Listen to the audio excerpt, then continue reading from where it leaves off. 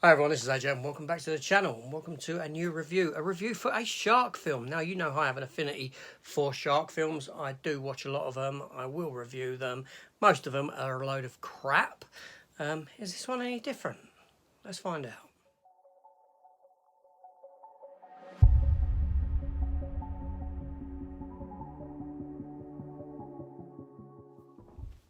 Yeah, now my favourite film of all time, or pretty much my favourite film of all time, is Jaws.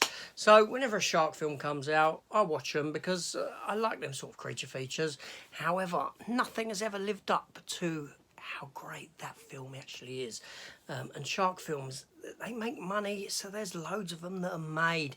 And this film was just sort of dropped out of nowhere. And I thought, you know what?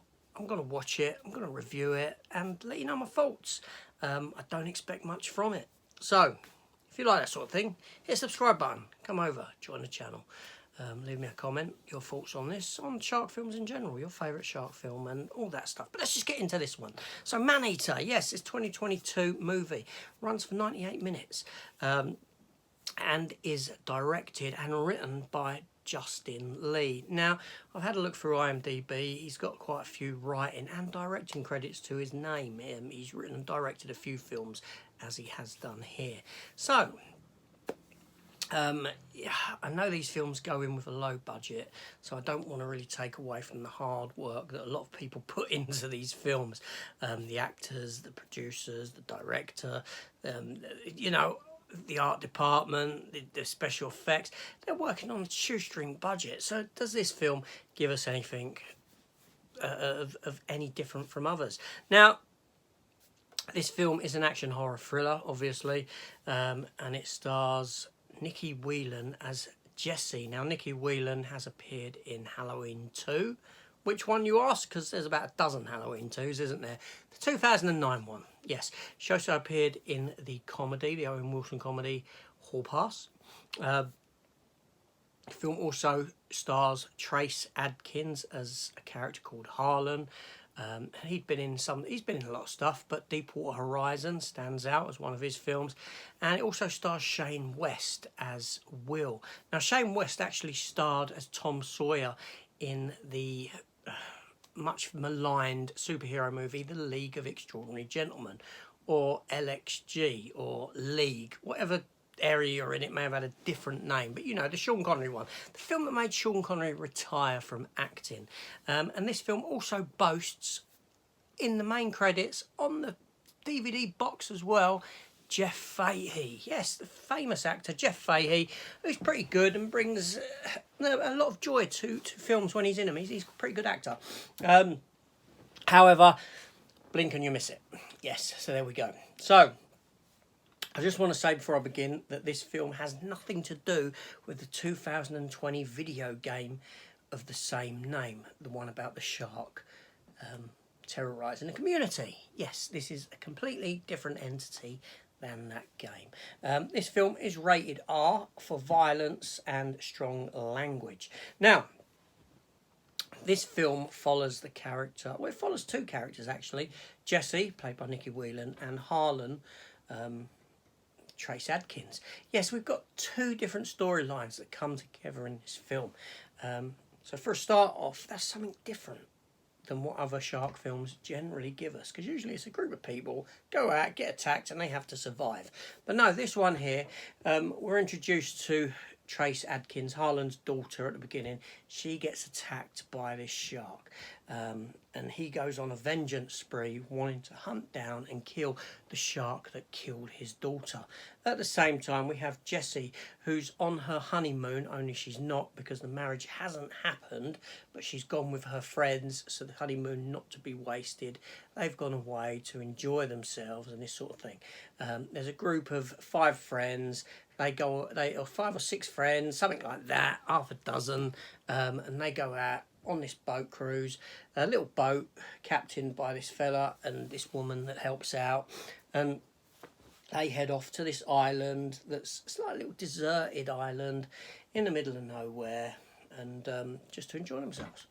Now, what comes to pass is that this is a great white shark doing the killings, and great white sharks are not known for the waters in which this film is set. So it's an out of place shark, and it's a rogue shark, and obviously it's killing people. Now, what more can I say? So you've got the Jesse storyline and you've got the Harlan storyline that by the end of the film come together to face off against this shark. Most other people are there for fodder, no other reason. Now, where this film excels, right, I must say that this film is far better than a lot of the shark dross that I have watched previously, in that it's actually got some interesting characters in it. Some interesting characters do get killed off very quickly, and we're left with uninteresting characters. Yes, we are introduced to the boat skipper and the missus or the woman on board, but the boat skipper is quite an interesting character. Jesse's quite an interesting character, but unfortunately all her friends are pretty much there's nothing to them. She's got a few friends around her. They all seem to be at varying ages, right? And then you've got Tom Sawyer there, or Will, Shane West, and it looks like he's old enough to be the father of some of them, considering his real life age and this sort of thing. So I don't know. Trace Adkins, he's off out there hunting these sharks, dressed up like Dog the Bounty Hunter, on this tiny little boat. And yes, now the shark effects. Now, there are several elements to the shark effects in this. Number one, they use stock footage of a shark, which I'm always fine with.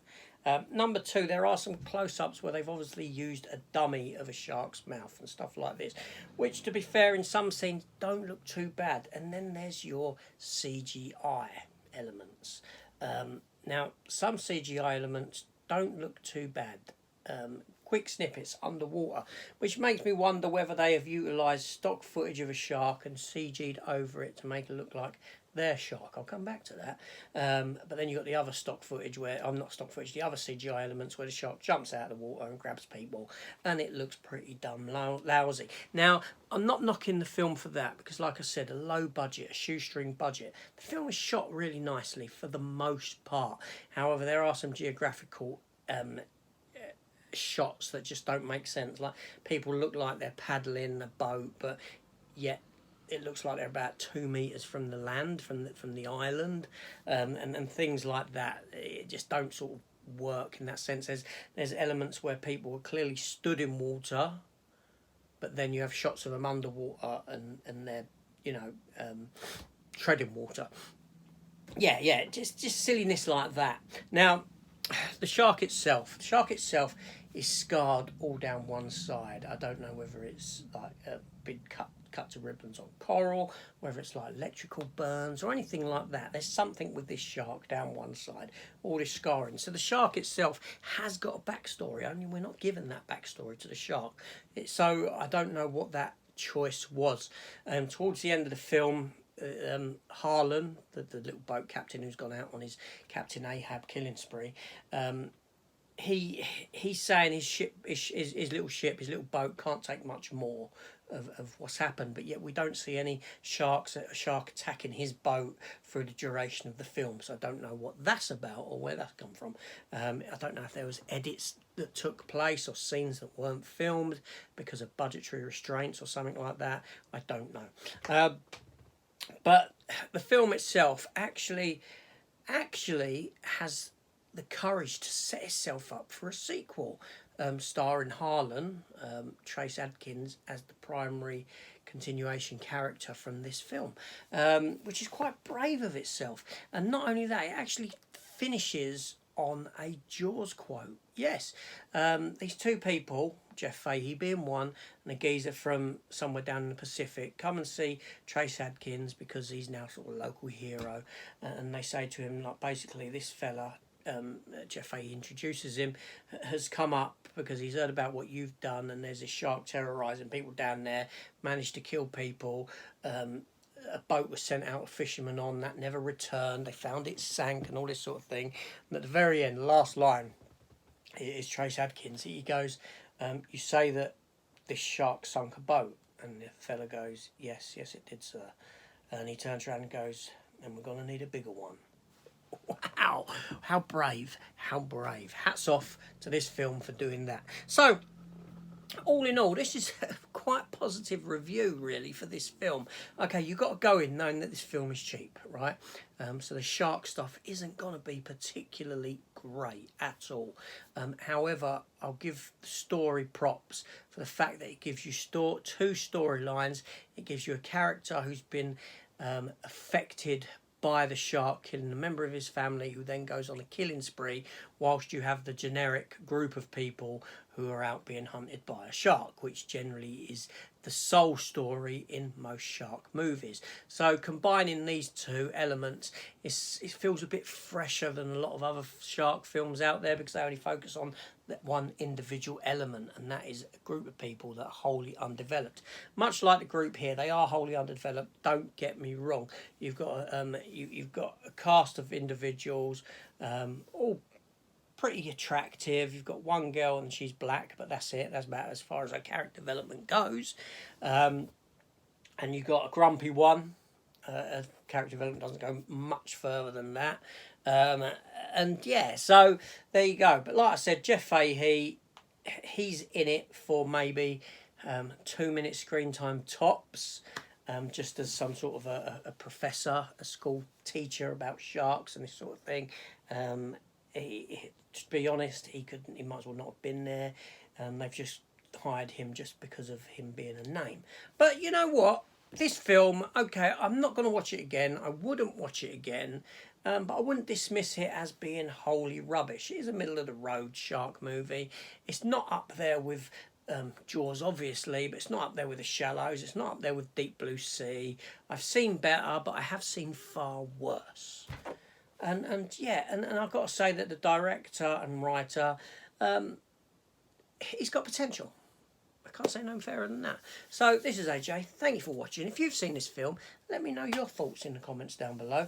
Come and join the channel, because whenever a shark film pops up, I will be reviewing it for you. Thanks for watching. I'll see you on the next one. Take care all, and goodbye.